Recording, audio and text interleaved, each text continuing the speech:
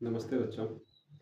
आज हम लोग पढ़ना शुरू करेंगे, है ना। आज से हम लोग क्लास 5 से लेकर के क्लास 6, 7, 8 तक के हर विषय को जो है बारीकी से अध्ययन करेंगे और एक एक सब्जेक्ट को जो है तरीके से हम लोग पढ़ेंगे, है ना। आज से ये सीरीज शुरू कर रहे हैं। इस सीरीज में हम लोग देखेंगे क्लास 5, 6, 7, 8 हर सब्जेक्ट का पार्ट वाइज, चैप्टर वाइज मैं सॉल्यूशन लेकर के आऊँगा, उसे अच्छे से समझाऊँगा। आप लोग ध्यान से इस चीज़ को देखेंगे, समझेंगे, है ना। घर बैठे इस चीज़ को आप आराम से देख सकते हैं, समझ सकते हैं, ठीक है।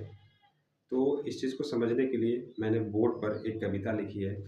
ये क्लास 5 का, है ना, कक्षा 5 का जो है हिंदी पुस्तक का एक कविता है ना। पहला पाठ का कविता है ना। हिंदी पुस्तक का पाठ 1 का कविता है, जिसे हम लोग आज समझेंगे, अच्छे से समझेंगे उसको, है ना। यदि किसी कारणवश आप उसको नहीं समझ पाते हैं, कविता को क्लास में, स्कूल में यदि उसको नहीं समझ पाते हैं, तो आप इस वीडियो के माध्यम से, है ना, इस क्लास के माध्यम से आप इसको दोबारा देख करके समझ सकते हैं। तो इस हिंदी के इस पाठ को, प्रथम पाठ को हम लोग आज समझने का प्रयास करेंगे, है ना। इसमें है क्या कि हिंद देश के निवासी, यह एक कविता है ना। हमेशा प्रश्न पूछा जाएगा, एग्जाम में पूछा जाता है कि आपकी कक्षा, है ना, हिंदी में पाठ 1 में जो कविता है हिंद देश के निवासी, ये क्या है? कविता है, कहानी है, निबंध है, क्या है? तो आपको बताना है कि यह कविता है, ठीक है। और यहाँ प्रश्न एक और उठता है कि यह कविता किसने लिखी।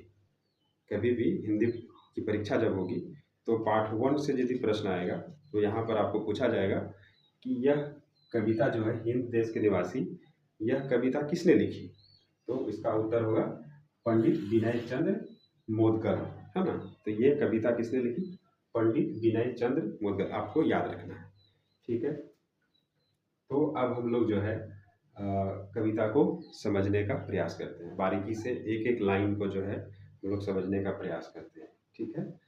तो सबसे पहला लाइन क्या है कि हिंद देश के निवासी, हिंद देश के निवासी सभी जन एक है। ये पहला लाइन है, हिंद देश के निवासी सभी जन एक है। इसका अर्थ क्या हुआ?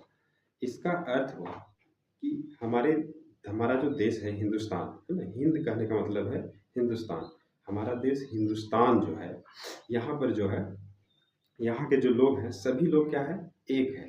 तो यही कहने का अर्थ है कि हिंद देश के निवासी सभी जन एक है। जन का अर्थ क्या हुआ? लोग, है ना। कुछ कुछ शब्दार्थ हैं, उसको भी याद रखना है ना। तो जैसे जन का अर्थ क्या हुआ? लोग। हिंद देश के निवासी सभी जन एक हैं। तो यहाँ पे कहने का मतलब है कि हमारे हिंदुस्तान में जितने भी लोग हैं, जितने भी लोग रहते हैं, है ना, वो सभी क्या है? एक है। दूसरा लाइन समझिए, इससे और स्पष्ट समझ में आएगा। कहते हैं, रंग रूप वेश भाषा चाहे अनेक है। कहने का मतलब क्या है कि कोई भी लोग है जिसका रंग गोरा है, काला है ना, जैसा भी रंग है ना, उसका रूप जैसा भी हो, है ना, वेश, है ना, भाषा चाहे जैसा भी हो, है ना, सभी लोग एक है। चाहे उसका रंग अलग हो, वेश अलग हो, भाषा अलग हो। हमारे देश में जो है 28 राज्य है ना। 28 राज्य हैं, 8 केंद्र शासित राज्य हैं। कुल मिलाकर के सभी राज्यों को में से 22 ऑफिशियल लैंग्वेज है। 22 ऑफिशियल लैंग्वेज मतलब 22 राष्ट्रीय भाषा है। तो मतलब मतलब राष्ट्रीय भाषा नहीं, 22 ऑफिशियल लैंग्वेज। ऑफिशियल लैंग्वेज मतलब यह है कि अलग अलग राज्य के अलग अलग भाषा है ना। तो लेकिन सब क्या है? सभी तो एक ही हैं, सभी तो हिंदुस्तान के ही हैं, सभी एक ही देश के हैं, चाहे उसका भाषा क्यों ना अलग अलग हो, है ना। तो वही चीज़ है कि रंग रूप वेश भाषा चाहे अनेक है, चाहे वो अनेकों भाषा क्यों ना बोलता हो, कहीं का कुछ भी भाषा हो, किसी का भी रंग रूप कैसा भी हो, है ना, लेकिन सबका क्या है? सब क्या है? एक ही है। सभी एक ही हिंदुस्तान के हैं। सभी क्या बोलेंगे कि हम भारतीय हैं, हम हिंदुस्तान के हैं, ठीक है। अब इस लाइन का अर्थ समझ में आया? क्या कहा इसमें कि हिंद देश के निवासी सभी जन एक हैं, यानी हिंदुस्तान के जितने भी लोग हैं सभी एक हैं, चाहे उनका रंग रूप वेश भाषा, है ना, चाहे अनेक है, कुछ भी हो, लेकिन सभी क्या है? एक है। तो इस कविता के माध्यम से हमको ये पता चल रहा है कि लेखक इसमें जो है एकता की भाव को बताने का प्रयास कर रहा है ना, कि हम लोग एक किस प्रकार से हैं, है ना। हम लोग किस तरह से जो है अनेकताओं में एक कैसे है। ठीक है, इस चीज़ को समझने का प्रयास करना है।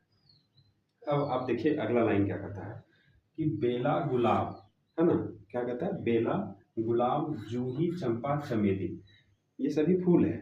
बेला गुलाब जूही चंपा चमेली ये सभी क्या है, फूल है, ये सभी फूल है ना। आगे लाइन समझिए, मतलब प्यारे प्यारे फूल गुथे, प्यारे प्यारे फूल गुथे, सभी फूल जो है कितना सुंदर सुंदर फूल है, बेला गुलाब जूही चंपा चमेली और भी बहुत सारे फूल है ना, वो सब प्यारे प्यारे फूल हैं, लेकिन माला में एक है ना, फूल गुथे माला में एक है, सब तरह तरह का फूल है, लेकिन जैसे ही वो एक माला में गूथा जाता है तो वो एक माला बन जाता है, एक सब एक जगह आ जाता है, इसलिए कहा जाता है एकता में बल है ना, अनेकताओं में एकता। तो सभी अनेकों फूल मिल करके क्या हुआ कि एक माला में आकर के गूथे गए और वो सभी एक माला कहलाए, एक सुंदर सा माला का निर्माण होता है जो भगवान को चढ़ाया जाता है या जो यूज किया जाता है।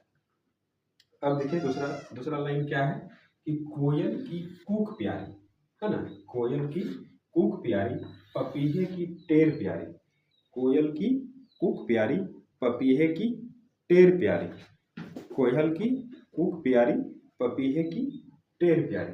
अब कहता है कोयल की कूक प्यारी पपीहे की टेर प्यारी, कोयल कुकू कुकू करता है, कितना सुंदर सुनने में लगता है, पपीहा भी बोलता है, वो भी सुनने में सुंदर लगता है। गा रही तराना, गा रही तराना, क्या कहता है, गा रही तराना, तराना का अर्थ क्या होता है, राग, है ना, राग या गीत, वो जो गीत गा रही है, वो जो तराना गा रही है ना, है ना, गा रही तराना बुलबुल, बुलबुल भी गाती है, बुलबुल भी सुंदर गाती है ना, राग मगर एक है, लेकिन सबका क्या है, राग एक ही है ना, सबका गाने का स्वर जो है एक ही है, सब गीत ही गाता है, तो अलग अलग भले ही सबका बोली अलग अलग है, लेकिन गाता सब गीत ही है।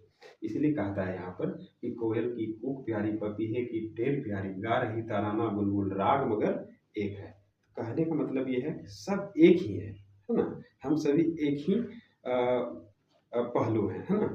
उसी तरह आगे हम लोग देखें नेक्स्ट लाइन में क्या है ये समझना, कहता है गंगा यमुना ब्रह्मपुत्र कृष्णा कावेरी, ये सभी क्या है, नदियां हैं, है ना, ये सभी हमारे भारत की नदियां हैं, गंगा यमुना ब्रह्मपुत्र कृष्णा कावेरी, ये सभी हमारे भारत की क्या है, नदियां हैं, है ना। जाके मिल गई सागर में, हुई सब एक है, फिर वही बात, सब एक हुआ, यानी कि अलग अलग जगह से जो है नदियां बह रही है, ब्रह्मपुत्र कहीं और से बह के आ रही है ना, गंगा कहीं और से बह करके आ रही, कृष्णा कहीं और से बह करके आ रही, कावेरी नदी कहीं और से बह करके आ रही है, लेकिन जा करके सब कहाँ मिल रही है, लेकिन जा करके सब कहाँ मिल रही है, सागर में, सागर में मिल करके एक जगह मिल करके जो है एक हो जाता है ना, सभी नदियां एक जगह आकर के मिलती है ना, कहाँ मिलती है, सागर में, और सब मिल करके क्या हो जाता है, एक हो जाता है। फिर उसी तरह से देखिए, है ना, वही सब एक है। अब फिर देखिए लास्ट लास्ट लाइन को समझिए, लास्ट लाइन में क्या है, धर्म है अनेक जिनका, धर्म है अनेक जिनका, हमारे भारत में जान रहे हैं आपके बहुत सारे धर्म के लोग रहते हैं, अनेकों धर्म के लोग हैं, हिंदू मुस्लिम सिख ईसाई तरह तरह के लोग हैं, है ना, अतः सार वही है, सबका सार वही है, सब पूजा पाठ, है ना, सब ईश्वर की ही प्रार्थना करते हैं ना, शायद कोई भी धर्म के लोग हो, सब एक ही ईश्वर की प्रार्थना करते हैं, है ना, सब ईश्वर से अपने मंगलमय की ही कामना करते हैं, है ना। पंथ है निराले, पंथ का मतलब क्या हुआ, रास्ता, है ना, रास्ता निराला है, निराला का मतलब होता है अनोखा, है ना, पंथ है निराले मतलब रास्ता जो है बड़ा अनोखा है ना, सबकी मंजिल तो एक है, क्या कह रहा है कि सबकी मंजिल तो एक है, यानी कि सबका मंजिल एक है, कहने का अर्थ ये है कि सबका लक्ष्य एक है, मंजिल का अर्थ क्या होता है, लक्ष्य,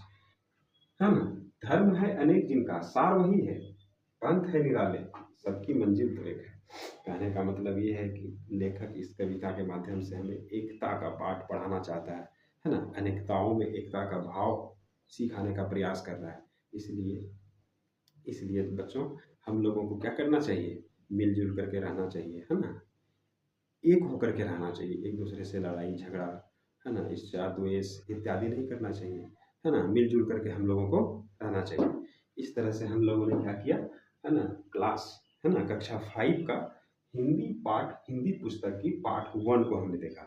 अब फिर अगले दिन हम लोग क्या करेंगे, इसके शब्दार्थ को समझेंगे, है ना। इसमें कुछ शब्दार्थ हैं, शब्दार्थ को समझ जाएंगे ताकि आपको परीक्षा में जो है इस चीज़ को समझ में आए। फिर इससे संबंधित जो प्रश्न होंगे, है ना, फिर उसको हम सॉल्यूशन करवा देंगे, है ना। उसको फिर हम हल कराएंगे प्रश्न को हल कराने के बाद फिर हम लोग पार्ट 2 में आएंगे।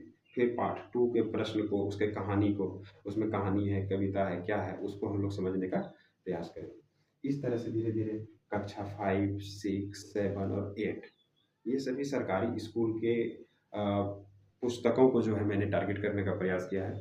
इसको टारगेट करने का प्रयास इसीलिए किया है क्योंकि मेरा अपना जो है कोचिंग भी है, अपना ट्यूशन है। तो वहाँ पे जब हम पढ़ाते हैं तो देखते हैं बच्चों को कि अपना कक्षा का जो है किताब जो है स्कूल में अच्छे से अध्ययन नहीं हो पाता है ना? उसका बुक का नॉलेज जो है वीक रहता है, उसको समझ में नहीं आता है चीज़ों को। क्लास में जो पढ़ाया गया उसको वो भूल जाते हैं। तो ये क्लास जो होगा, ऑनलाइन क्लास जो होगा, ये हमारे चैनल पे रिकॉर्डेड रहेगा, है ना। तो इसको क्या करेंगे आप दोबारा बार बार, है ना, दोबारा तिबारा चौबारा जय बार हो सकता है, आप उसको देखेंगे और समझ जाएंगे, है ना, कि सर क्या बताए थे। स्कूल में जो पढ़ाया गया वो तो आपके पास रिकॉर्डेड कुछ है नहीं, आज बताया कल को भूल गया, सब कुछ मान के चलिए भूल गया। तो यदि भूल गए तो भूलने का तो कोई वो है नहीं, भूल गए तो फिर तो अब झूल गए। तो उस चीज़ को हम दूर करने के लिए ये प्रयास कर रहे हैं कि आपको हर चीज़ का वीडियो जो है हर चैप्टर का, है ना, हर क्लास का वीडियो जो है आपको रिकॉर्डेड मिलेगा बैच पे, ठीक है। जिससे कि आप जो है इस चीज़ को समझने का प्रयास करेंगे और बार बार देखेंगे तो समझ में आएगा। थैंक यू दोस्तों, थैंक यू बच्चों।